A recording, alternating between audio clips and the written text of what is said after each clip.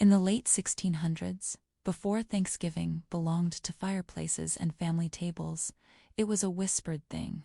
In the early Appalachian foothills, where English, Scots-Irish, and German settlers lived beside native tribes, gratitude was not spoken to heaven. It was spoken to the land. These settlers carried fragments of the Old World with them, pieces of ancient harvest traditions, like the Corn Maiden, the Cayuk, and the Straw Bride. The Algonquin and Cherokee already had customs of leaving offerings for the first harvest mother. When cultures met, beliefs did not disappear, they tangled. And in one valley, they became a story. They called it the Thanksgiving of the Last Light. It was never recorded in a church book, but in the remembering of a few families who stayed. They believed winter was alive. Not a circumstance, but a spirit that visited. It tested. It took. So each year, before the fields hardened, they chose a girl. Not for beauty or virtue, but for her quiet way of listening. These were girls who walked barefoot in soil longer than they should, who woke with dreams heavy with roots and river water.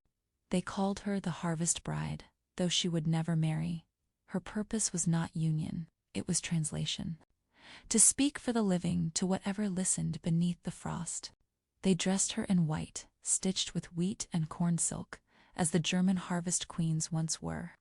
Around her neck they placed an iron key, like those found in Celtic Samhain rites, believed to unlock passage between worlds.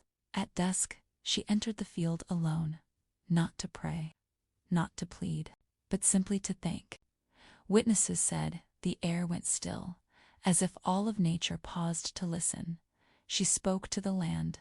She thanked every stalk that had grown, every root that had died, every seed still sleeping under cold soil. Some said the earth breathed when she walked. The next morning, the harvest was stronger. The winter was kinder. Food lasted just enough, but the Harvest Bride did not return. Some believed she joined the land and would walk it until called again.